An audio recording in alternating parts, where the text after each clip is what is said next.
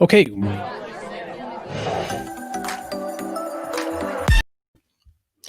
Welcome to People Who Teach. My name is Brian Seppi, and my co-host is Andrew Stella. We explore the habits, topics, and beliefs around teaching and people who teach.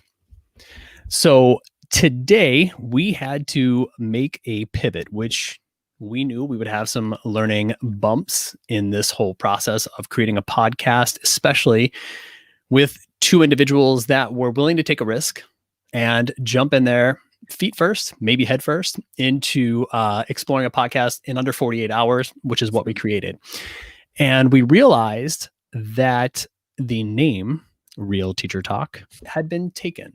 And we are thankful that we found that out pretty quickly in this journey. What we did as a result of learning from that experience is to go back to a title that we originally had and started with as a possibility, which is People Who Teach. And I think it's a nice thing because anybody that we bring on to this particular podcast would be a person of interest in relation to teaching. So here we are, People Who Teach. Andrew, we are back together again, and it is day one of the week for those who are catching the live stream right now. This podcast will be posted a little bit later. And I'm just thinking about Mondays, and Mondays after a break are always interesting. Let's just unpack Monday after a break real quick. What does that look like from a teacher end? Oh, and I think this was very interesting too, because not only was it the Monday after a break, we've actually been shut down and out of school since right before Thanksgiving. So November 23rd. So it was very interesting. It was different being back. That's for sure. Seeing other teachers, even in the morning and things like that was just different, you know, but it was good seeing the kids. Now I am fully remote, but I am in a classroom where I'm teaching remotely. I have about 19 kids.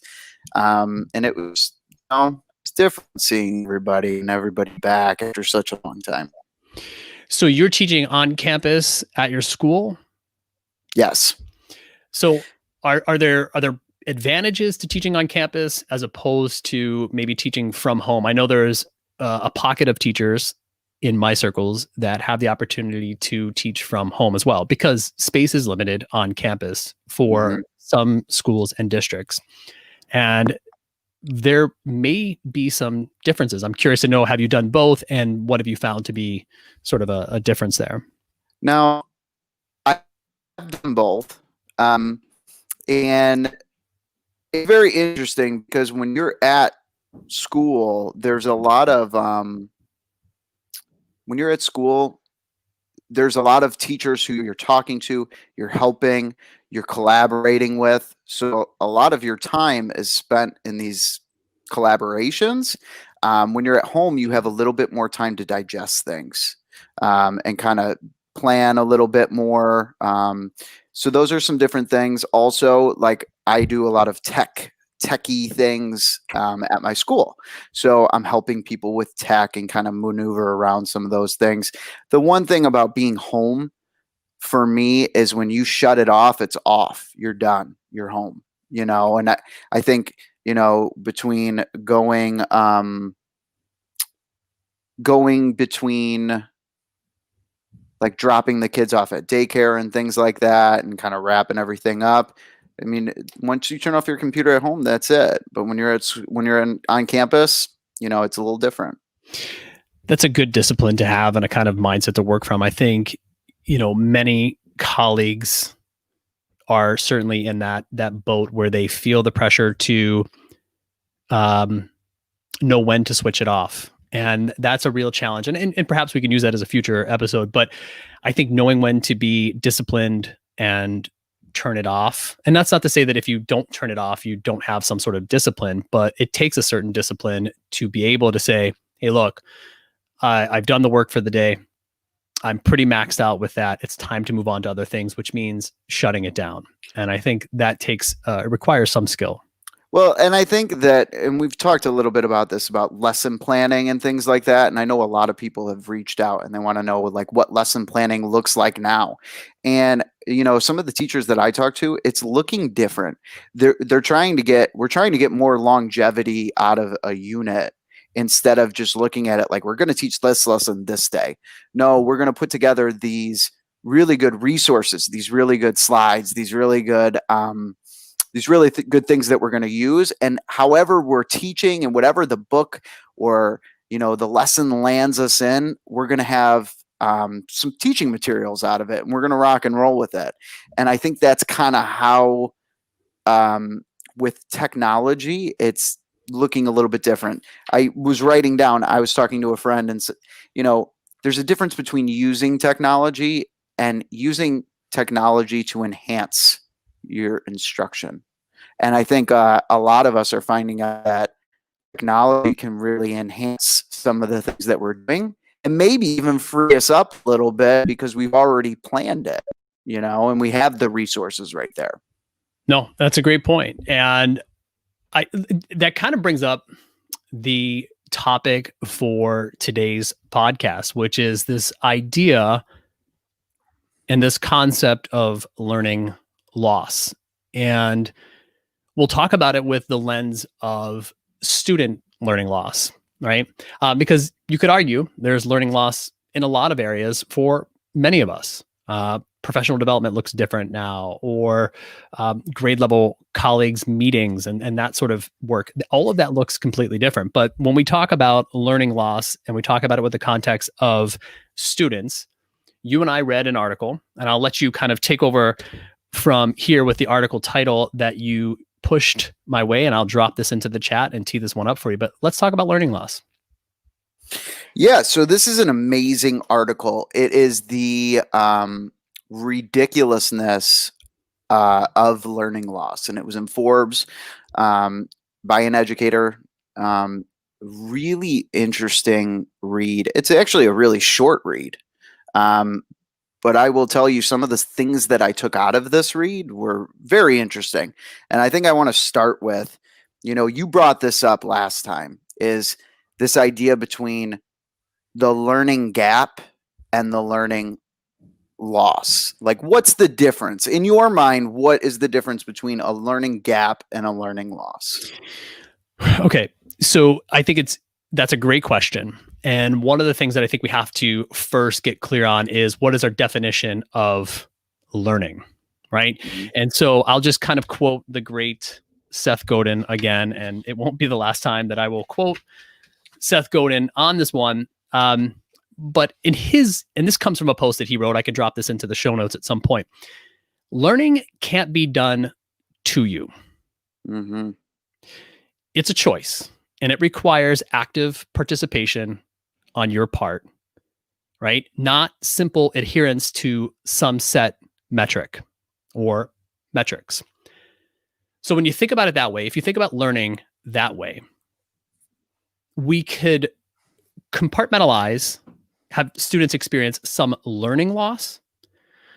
I have some points that I think could illustrate they've actually gained some learning as a result of everything that has gone on, being a little bit further away from traditional school models. And those are just anecdotes. So you could dive deeper into that topic at some point with what's out there and being researched. But when it comes to the learning gap, whatever those metrics are that we determine in school, if there's a gap in what it is we're measuring, there has always been some sort of gap, right? You've either had students at benchmark for some metric that we're measuring. Let's take, we'll take reading again, right? When we speak of like K5, there's a way to measure reading progress. Okay. And if we look at just those metrics, whether they are standardized with some sort of benchmark, or they are like we use FastBridge. I don't know what your benchmarking system is in your district, mm-hmm. But we could look at that data and we could say that there is a gap. There would have been a gap in a traditional year. There will be a gap in a non-traditional year like we're experiencing now. Mm-hmm. This also brings in, and I don't want to underscore, I don't want to sort of undersell this point either, which is the point of equity, right? Like, do we have access to the technology? Do we have access to what it is we're doing in all areas? And that's a question that we're not the direct sort of, and I think the article mentions this too. We're not the cause of that. We have to look at different sort of ideas for what's causing that gap as far as the equity. And that is a much bigger topic than you and I. Mm-hmm. And what we can talk to is the learning gap, this measurement of skill set against some benchmarks and comparative data against other students is, yeah, you'll notice a gap. There's going to be a learning gap at some point. Does that equate learning loss? I'm not 100% sure that it does. Your thoughts? Yeah, I think so too. I love your take on that. They're probably learning things that we're not thinking of, right? And my biggest worry, I would say, is that students who really do need the help, whether it was a traditional year or not, like, are those kids getting the help, getting the interventions, getting the things that they need? And I just don't know the answers to those questions. I know teachers are working tirelessly to try to help those kids as much as possible. But I just, are they really getting the help?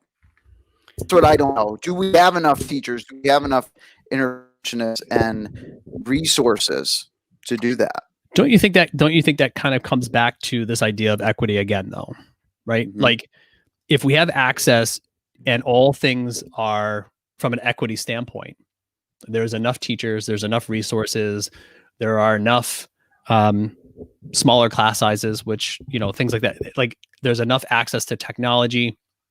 The playing field is level as far as equity. Like, that's not what you and I are talking about tonight, but it's important because it feeds that conversation too. Mm-hmm. And I'm not going to say that I am the most sought out researcher or anything like that on equity in education, but I do think it's an important piece to this equation, which is, yes, there's going to be a learning gap. How is that different than any year? I mean, we're putting a standard metric in place to measure students against some benchmark, right? There would have been a gap 4 years ago. There is going to be a gap this year. And it's not easy, it is easy to find those gaps and point them out. But when we talk about learning loss, if we were to go back to that definition we had, which is learning can't be done to you, it's a choice. It requires active participation, not simple adherence to metrics. Now, there are fundamental skills that I believe deeply need to be, especially at our levels that we talk about when we speak of K-5 education. Are there going to be gaps in some of that? Yeah, I think so. You're probably noticing some gaps around reading volume or what students are coming to maybe kindergarten with when it comes to phonemic awareness. However, there might also be a shift in some of that. And like, I don't have the data on that, but like, if parents and their siblings were at home more, are students picking up more talk in the household as a result of this and coming to school with better phonemic awareness? I don't know the answer to those questions, but it's an interesting conversation, which is why we're here tonight. Well, I think that's interesting too. Like you just said, we don't have the data on it yet. Like, we don't know. We don't know these things, and I do think, like we've said in the past, there's different life skills and things that kids are learning how to maneuver that might not be the traditional way of doing things, right? I go back to this article too. One part really resonated with me, and it was the need for reassembling. And often reassembling leads to greater understanding. So like when we set up a unit or, we're teaching into something, we don't necessarily we don't necessarily just keep teaching the same thing over and over and over again. We circle back to it, right? And I think that's why we come back to units. We can't just keep drilling kids with the same exact thing, expecting result. We have to come back around to it. And I think, not all your kids are ready. I think that's why like enrichment and things like that are very important, because we need to meet kids where they're at. It's such an interesting point, and I love the way you put that, because you're right. And I think, again, it's let me put it this way. I have somewhat of a slant when it comes to higher education, and I can speak to that a little bit. But I think for most of my day, both you and I, like we're spending it in the K-5 world. Mm-hmm. What we face in K-5 that is a little bit more unique than some of our colleagues who are faced with many different challenges when it comes to learning 6 through 12 and beyond, is that we are also responsible for these fundamental, foundational skills, right? Mm-hmm. We are, our first and second grade teachers are really making sure that kids come ready for comprehension work in grade 3. Okay. That they can write with some sense of fluency and fluidity in grade 4 and so on. So those standards don't go out the window, right? But we are going to be responsible for them. So those gaps in foundational skills, like, are students writing enough? I mean, I guess we could argue that point. I'm sure some would say maybe we're not, maybe we are. Are we meeting the standard? Are we not meeting the standard? We can get lost in the weeds on that one. Or we could look at it as, what are the opportunities we've had for learning in the sense that we talked about in that definition, if you like that definition from Seth Godin, which is learning can't be done to you. It's a choice. It requires an active participation, and it's not just this measurement up against some metric. And if you think about it that way, and I go back to my own children as the study at home, 6th grade and 4th grade. Well, let me ask you this before I get into my own children. When you want to truly learn something, okay, what's your method? Like, what do you do? Like, what do you typically do? Let's say you wanted to, I can tell you what I do. When I wanted to learn how to run a marathon. So I go to YouTube and I type in training for a marathon, and there are like endless videos for that. So what do? I watch all of these videos. I learn as much as I can. I start to understand, oh wait, heart rate training is a good thing. Okay. What does it mean to do heart rate training, and how do I implement it? And then I go and I actually implement it, and then I reflect on the things and my learning, and then I keep adding to it, right? And like you said, I kind of come out of that a better person. I mean, like, what's something that you've learned recently that you how did you go about it? I would say, and I'm actually going to pose a question too while I answer the question. Love it. If that makes sense. I love it. As a teacher, how are you changing your instruction? Right? Can you hear my daughter in the background? That's fine. I'll be with you in a second, honey. This is where the live stream gets really good. My kids will be coming down and shortly also, so don't worry about that. Mm-hmm. Yep. So the question is, how are you changing your instruction to fit the needs of the kids in front of you, what they need right now? Your kids may not, you need to teach them how to access those YouTube videos in order to be successful, right? So I almost think about, if you're teaching remotely, if you're teaching hybrid, if you're teaching in person, it doesn't matter right now in this moment. How are you changing your instruction? Because I think a lot of people who are big names in education are all of a sudden kind of thinking like, oh man, we're maybe changing the way we're thinking. And now with the pandemic, like, we really have to do some thinking. And I think that's put a lot of people in a lot of different spots. So I always try to think, in my teaching philosophy is whenever I get comfortable with something and notice my kids get comfortable, what can I change? How can we grow? And how can we evolve as a class? Because if you're constantly doing the same thing and getting comfortable, I mean, that's how you push the limits. That's how you achieve these ridiculously high standards. They're high and they are intense. And but I will tell you that effective teachers will change their instruction to help the kids in the moment with what they need.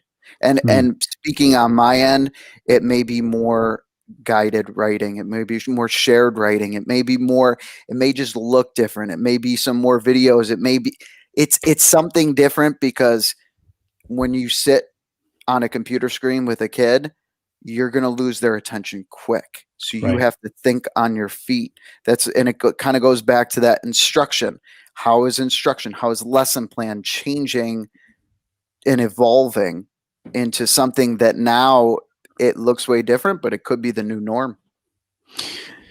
Yeah, there's so much there to unpack, right? But I think your point is like, what's the shift you've made in order to sort of adapt and become flexible in the new normal, right? Mm-hmm. When you notice, I mean, when we talk about learning loss, let me ask you this, and I'll circle back to my illustration of my own sons here at home, 6th and 4th grader. I mean, what have you noticed, with your own students? I mean, like that teacher gut feeling, do you have that feeling that there's some sort of learning loss? Not with my students. Not with my students. And I'm in that grade. I'm in that 3rd grade. I think that the learning loss gap, whatever, I think in K1, 2, we're going to see some things come out of it. I do think, like the article had said, in the spring, like, teachers did an amazing job, and we've evolved and we've learned from it, and we're ready to tackle this year. So to think that like kids are at a loss or a disadvantage right now, I don't buy that. But I do buy that kids who need those foundational skills, foundational skills that they may have missed in like kindergarten, that could be big. Yeah. I think that's something to watch for. You're right. Mm-hmm. And I think there's a little bit of tension there because we're not sure yet. And we don't have the answers. We don't have the data on that. That won't surface until we start to see what it is we're comparing that to in a few years. But I will say this. I do know that shift you talked about earlier, when it comes to colleagues that are in my immediate circles and in my wider network, I do think when it comes to, let's just take kindergarten, for example. I think there has been more emphasis when it comes to those foundational skills around phonics, phonemic awareness, phonological awareness, all of these these pieces that need to be in place that precede traditional reading. I think people are focused on the right things, or just like number sense. The amount of people that I see using things like a record rack or a number rack, however you want to call that, but like the amount of people that are putting time and energy into those high leverage foundational skills, I think has been evident in those circles and people that I'm watching. Many people have had to shift grade levels or shift focus within their buildings, at certain changes. So I think those folks are now adapting, right? Maybe in that December, January kind of mindset, they're taking on more learning around those foundational skills and figuring out what's essential, what's important, how can I leverage it? And I think now I'm noticing a lot of colleagues who are leveraging systems and structures, things like conferencing. I was going to do a little series on conferring and just unpacking that, because if you're a hybrid teacher or you're holding office hours and you're a secondary teacher, you're probably finding a lot of bang for your buck when it comes to conferring with students one-on-one. I've noticed some colleagues in my circles that are saying students will show up when it's one-on-one, turn on their screen, and I'm right there with them. And I think that time is a humanizing experience for all people involved. Me as a teacher, learning about my students, and the students learning about what it is they can focus on. And I think those sort of activities or structures like conferring are really important. I launched with a colleague this morning, and I don't think she would mind me dropping her name here, and you know her well, and Megan Miller. So I was in Megan's room Monday. She wants to start Monday at 9:30 with me. I mean, like, talk about a learner, right? She wants to start with the instructional literacy coach on a Monday at 9:30. I'm like, Megan, are you sure? She's like, yes. I'm like, okay, fine. We implemented in her room of 14, we implemented weekly reading plans. Okay, first grade. And the point of these weekly reading plans were to make sure that the question we're trying to answer is, how do we get students to act with a sense of agency and independence in reading workshop? How do they take charge of the reading stuff that we're teaching? How do they try and put it into practice in their own reading? And then how do they come to partnerships 6 feet away right now with masks on and polycarbonate barriers? How do they come to partnerships where they can share what it is they worked on with their partners? Mm-hmm. So they have this sort of accountability. What we learned this morning is that students got on to, which was a tough task early in the year, students got onto the Google Classroom, downloaded the link, opened up the Jamboard, went to their assigned slide in the Jamboard, and we're on this thing. And under, I think she was playing one song that they had to transition. Might have been a Beatles song. She's a Beatles fan. It might have been like Imagine or something like that. They had like whatever the length of Imagine is. They had that amount of time to get to their slide, and they did it. It was amazing. Like there was like not one. We had 100% participation involved in that moment. I think what that illustrates for me is that, like you said, we can have kids doing things that are in the learning realm, like learn what it means to set up a weekly plan and have kids operating from that place of agency where it's like, all right, if I'm going to have this as my plan, scooping up words, are there tools, are there resources in the room that I might use and leverage to help me get to my plan and ultimately my goal for this skill of becoming a more efficient or more effective reader? And I think we'll see how this plays out. But I think the point that it illustrates is students are pretty flexible. They've learned a lot. I don't know that we would have been doing these week-long plans had it not been for smaller class sizes, looking for a way to have kids interact, this global pandemic. And here we are, students are making weekly plans, operating from a place of agency. It's a beautiful question that she has and that we're trying to answer, which is independence and agency in charge of their own learning. 6-year-olds, 7-year-olds. And it's amazing. So, what are your thoughts on that? Like, do you? Yeah, I mean, I also think, and I know you very well, and I know Megan Miller very well, and I know that effective teachers give kids the tools in order for them to be successful.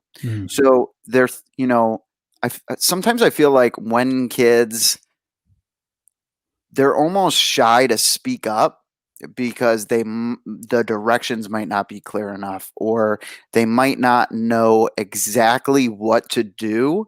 And it's easier for kids to just kind of go with the flow. You know what I mean? But when things are very clear and the expectations, and I know Megan Miller, and I know the expectations are very clear. And when those expectations are clear, and when those routines and procedures and structures are set in place, there's this feeling of like, I got this, you know what I mean? And I think that's that independence of, and we're like that as adults too, right? If we walk into a meeting and you have no clue what it's going to be about, and the message is just delivered, and you're expected to know things, and it's like, did I miss an email? I don't know. Like, I don't know when did this happen? And you start to freak out. Sure. And it's like that anxiety, Yeah. I had a great example today. The internet wasn't the best, and these are things, listen, we could talk about remote learning all we want. The kids are yelling, the dogs are going nuts, the internet shuts down. This is all a part of what everyone is dealing with right now. Mhm. And it's very easy to get flustered with it. But like we said on our last podcast, kids are watching us. They're looking for what we say, what we do, how we react to certain situations. And I also think that, when the internet went down today, my kids, it went down 3 times. Every single one of those kids was sitting in the Zoom waiting for me. And I popped Mm. on and I go, "Where did you guys go?" Like they're like, "It's you." I'm like, "I know it's me. I told you the internet was crazy today." So it's just, man, and it all kind of stems from you, right? Right. It stems from how flexible you are, Mhm. how resourceful you are, how willing are you to provide kids with the resources in order for them to be successful. And it's like you said plenty of times, kids are very resilient, resourceful, Mhm. flexible, and they're so young and so like they're being molded. Mhm. So like whatever we do with them in that moment, it has serious. It is serious, Mhm. and we're thinking about this pandemic and all these things. Like they're looking for someone without saying it. They're not saying it, but they're looking to someone like, how should I handle this? Mhm. Mhm. Yeah. And What's the way we should be acting right now? Right. how should we be acting? How should we be? And I can't speak for in person, but I can speak for remote. All I know is I could be having the worst day imaginable, but when I pop on with those kids, it's just a, you know, they know me and I got the conversation going, and like you have one girl who's just stayed on Zoom and you just have a Mm. short conversation with her. Like that's what these kids need right now, for sure. Yeah, and they're learning in those moments, right? Like they're learning what does it mean to be accountable to show up to a place. And then also when that place now, this virtual Zoom shuts down, what's my mode of action? All right, I'm going to stay on. I'm going to stay on for another 20 minutes. If nothing happens, I'll shut it down. Maybe I'll send an email. Maybe I'll ask my caregiver, or a family member for support. That right there is learning from an event, right? Like Mhm, that's where you learn. You learn on the fringes of these events in life where they're taking stock of these moments, these things, and they're gonna be better for it. So when we say there's a learning loss, okay, I question that, and I'm not 100% sold on that. Now yeah. I always believe in kind of weighing the options for both sides. I like to stay in the gray. I don't like to get caught in sort of being so one-sided when it comes to these things because there's so much more to learn about it. But for right now, I could say like I question and would gladly enter a conversation with anybody about learning loss. Now, learning gaps, again, I think we've been able to tease out the difference between a learning gap and a learning loss, which brings me back to my anecdote about my own children. So, back to my experience when it comes to running, and you could do this with anything that you're learning. If you want to learn how to be a better writer, then you're going to look to people that can give you advice about writing. If you want to learn how to meditate, there are plenty of people out there that will walk you through meditation. If you want to learn about yoga, you can go to YouTube and you can find Adrienne, and she will teach you everything you need to know in a 30-day challenge. But my point in saying that is this: the learning that you want to do by your own choice and by your own design is available to you. So my own children have managed, as I mentioned before in the last podcast, which was they figured out a way to be almost simulcasting their lives. Like they're on a phone and having a conversation there with their peers while simultaneously playing a game where they're talking in a headset to somebody else. And they're somehow managing this conversation. And I think they're learning how to negotiate. They're learning how to operate from a place of compassion when it doesn't go their way. They're learning how to sort of, come to compromise when it comes to, hey, we're going to leave this game, we're going to go do something else. So I think they're learning a lot. But I'll say this: the other thing that this has taught me when it comes to, because my students, my children are hybrid, they've learned to be a little bit more of a self-starter. Now they don't wake up at 9 o'clock and are on some schedule and, you know, plowing through the day. They may be late starters, but they're getting their work done on these off days, these asynchronous hybrid days. When they're done with that, they're then taking on learning that matters to them. They know what was given to them or set out for them by their teachers, their fabulous teachers. And that's great. But then when they're done, they take on learning that matters to them. So my oldest has figured out how to do some of these transitions on TikTok. Now, if you think about this just from a learning standpoint, okay, the idea of getting a sweatshirt, I'm sure you've seen these transitions, right? You take a piece of clothing on TikTok and you throw it, and then somehow, the next transition is it ends up on your body. It's magical, right? I would break my back. Yeah, I don't do anything. There's nothing I do on TikTok that is either much fun. Whatever. I have my lane that I stay in that I know and whatever. But my point in saying this is, so what he had to do to learn that was he had to watch enough of these transitions to get curious. And then he had to say, I think there's a moment here where I can actually do this myself. And then he said, what do I need to learn this? So we found the tutorials, these teaching videos on TikTok about how you can do some of these transitions. He watches them. Then he makes a bunch of drafts. He plows through them. He gets a little bit better. He doesn't post any of those drafts, but he gets a little bit better. And what happens, and I'm just saying this is a learning experience. He finally gets the courage to post one of them, and it comes off as flawless. I mean, it was a beautifully done. Now, his exact piece was off of a transition the weekend that the Steelers played the Bills, knowing that I'm from Pittsburgh. He is rooting for the Buffalo Bills, and he did this transition out of like, let's move on from the Steeler thing and let's really root for the Bills. And I loved it because I think it showed his fan commitment, right? But my point in saying that is he chose a path of learning that mattered to him, and he figured out how to access the materials. He knew exactly what he needed to make this thing happen, and he pursued his own learning on his own time. No one prescribed that for him. No one said, here's the outline for how to get that thing done. And are those skills, so if you think about that skill, this idea that kids are learning in other areas because they have maybe different time or forced time at home, are they learning different skills as a result of being in the situation that we're in with this educational landscape? Well, very well put about the path of learning mattered to him. I wrote that down because that's perfect. And I even go into adults. So as an adult, right? And we can talk, and I coach middle school and high school wrestling. So I am with these kids, and I have been for years. And I even was in college too.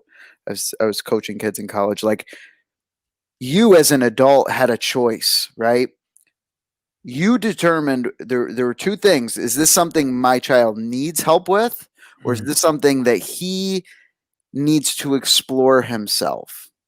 Right. And you were there as a guide. If he needed you, you were a resource, right? And he may have, but like you said, he took it upon himself, right? Because it was something he cared about. And I had a conversation with the administrator today. Like, if the kids don't want to read about it, like, it's not going to be as meaningful to them. You know what I mean? It's just, it's a routine almost. But I think with the older kids, middle school, high school, they're battled with a lot of choices right now. And, who are they looking to as role models, especially when sports are shut down? You know what I mean? And some of the people that they may have leaned on aren't there. That's what worries me. Yeah, no, that's a good point. And it's so, there's a colleague that I have, and so, find your people. Okay. Find the people that you can lean on, that you can learn with. So I have a colleague who's in Calgary. Now, her and I found each other through a Twitter chat on a Saturday morning. She commented on one post that I made and then said, I love the way you put that. And I wrote back to her and I was like, I love your thread. It seems like we're thinking the same things. And we finally found a way to link up on a virtual meeting. And why that's important is I found that learning with her is some of the most important work that I can do, right? Like it is arguably like something I walk away with and I feel a little bit more fulfilled as a result of learning with her. Now, we've shared some resources back and forth, and she started a podcast. We've started a podcast, and I would love to link those things up at some point. But I think it's pursuing those people that can influence you, like you're saying, like find the mentors, the people that you want to learn with and from. And I wish we had more opportunity like that when it comes to our like middle school, high school students, because you're right. Like being every other day or hybrid, maybe you lose contact with some of those possibilities. And I just feel like you're right. But the opportunity now is you can reach out. You can reach out to those mentors. I have had no problem reaching out to people that I want to learn with. Jim Knight is a big influence for me when it comes to instructional coaching. If I have a question, Jim has provided a platform where I feel very confident that I could email him my question about coaching because he wants to see his work go well. He doesn't want his work to be in the world and have it sort of confused or misused or misrepresented in any way. So I feel very strongly that, yeah, you're right. Reach out to those mentors, learn from those people. And that right there is different because that's learning. That is the essence of like, I pursue the path that I want. I go get this piece of learning that will make me a little bit better. I think that's different when it comes to the K-5 area, because, like you said, there are foundational skills that, we are responsible for at those levels. And I feel like that's a little bit trickier of a conversation. Well, and I almost pose it to you like this. What about being like you're doing with your son, like creating that path for learning? Maybe that's more important right now than the standard or, being in first grade and knowing 10 more, 10 less, like, I don't know, like, maybe those kids will be more resilient when time comes, but we don't have that data yet. Yeah, and I think data, but no, you bring up a good point. Like I think we have always been parents who, and I'm not getting this parenting thing like right. Okay, like there's a lot that goes on that is completely wrong, but I'm thoughtful about it. Like I do think about it. It does weigh on me, and I think about where these kids are going to be. 12 years has gone by pretty quickly for my oldest. Okay. The idea that I have a 12 and a 10-year-old is bananas to me. But what are going to be the jobs? What are going to be the skills that they need to operate in the jobs that aren't even created yet or are still being creative? This idea of innovation, we talked about this idea of innovation, hustle, grit, resilience, all of these skills. Like, I don't know. Are you learning those in every unit that you have? I don't know. It's hard to say that, but like, are you learning it when you create something, put it into the world, and then revise it? Maybe. The other thing goes. We talked about sports, and I think there are a lot of lessons the kids being in activities, and I will speak only to sports, but this idea of learning when it comes to these athletics or activities that are outside of school, like those hubs and those moments are really important when it comes to learning.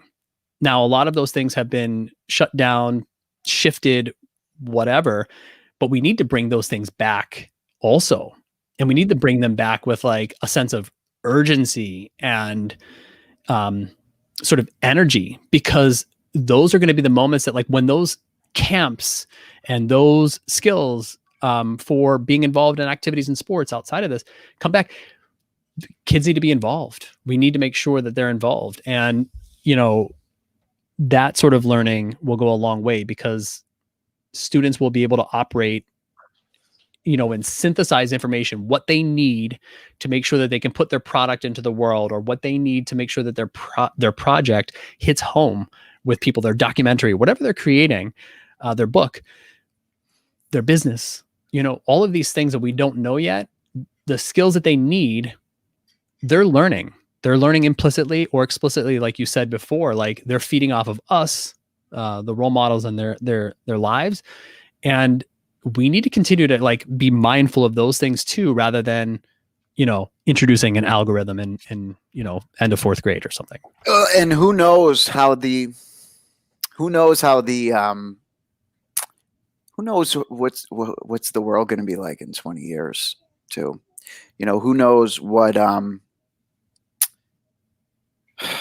not only did I never think that we'd be teaching this, right? I knew that when I got into third grade and my kids had one-to-one iPads, I knew that it was a huge tool. That kids could go around my room and scan QR codes and a lesson just pops up and it teaches you, and it's me. And I was doing a lot of that work right before the shutdown happened. And I do think that, sometimes things are always changing, and I learn a new teaching strategy or a new tech strategy every single day. What are kids going to learn next? What's going to be the next big thing? What do they have to prepare for? I don't know, but I do know that if you have those skills like planning, you're able to set goals and at least follow them, whether you pass or fail. Grit, resiliency, flexibility, determine, like all these skills that like everyone always talks about. Mm-hmm. But like, what if they're gaining them right Mm-hmm. now? Mm-hmm. Yeah. And it's very interesting to talk about because, when your teacher zaps off Zoom, you have a choice, Mm-hmm. man, because some kids will be like, see ya, I'm out, and it just goes to show you that like when kids invest in learning and invest in you as their teacher, and they want to be there, I mean, you can teach them a lot of good things and not just algorithms, right? Sure. Yeah, I think like you're saying, like what students have there is a sense of trust in that you are going to create a learning environment that is going to help them in all of these other skills and areas too. So, the idea that you can learn, like you said, about perseverance or grit or resiliency, and I would add another one to that, which is a huge one: this idea of like being a little bit more mission driven and having an impact and working from a place of generosity, giving it away, right? Like giving what it is you want because you want to see it in the world, and being a little bit more mission driven around impact. Those sorts of things, I think kids are vibing off of, and they're feeling those things. Mm-hmm. But I know that, like you said, although we may not pop that out explicitly all the time, the skills that we're teaching them early, to be advocates for themselves, to be activists for what it is they believe in, like all of that work is really important work. And it comes from those foundational skills of like, yes, I'll teach you the skills for how to read well. I'll teach you the skills for how to write well. But I also need to create boundaries for safe environments where that even if you fall, there's a net there to kind of catch you right now. Because at some point, I want you to continue to sharpen that tool until you really figure it out and own it for yourself, and you can make some real change, some lasting, significant change in the world. Because I want to be a part of that story as an educator, right? Like I want to know that the kids, the teachers that I've impacted are also impacting others in a really generous, thoughtful way. No doubt. And, even think, if we go back to the beginning of this podcast, when you were talking about Megan Miller giving the kids a Jamboard, those kids have no clue that Jamboard is like brand new and that it's evolving. And they just made the change that you could put backgrounds in. Like this thing is so new, it's scary. And you said they just rocked and rolled with it because the learning environment didn't say, any teacher could be like, I guess we're going to try this. It's probably, I had a bunch of issues with it last time I used it. If I heard that, I'd be like, I'm not going to do well with this. Right. Yeah, it's very interesting stuff. I guess the question we're asking people this week in the comments here is, do you think about this learning loss? What does it mean? You and I think, have teased out really well this idea of learning gap, learning loss. And, I'm curious to get people's thoughts. Like, are you experiencing students? Because we'd love to hear from you. Like, I think your comments blew up a little bit last time after we posted our first podcast, which, by the way, we, again, for those of you who weren't here at the beginning, we had to pivot and make an adjustment with the name. We moved from Real Teacher Talk with Andrew and Brian to People Who Teach with Andrew and Brian. And so, we've adjusted and we've pivoted. But the point I'm trying to make is, we need to hear from the people who listen and take this information in. And I think your comments are always welcome. Like, we're not afraid to get into the ring and talk about these things.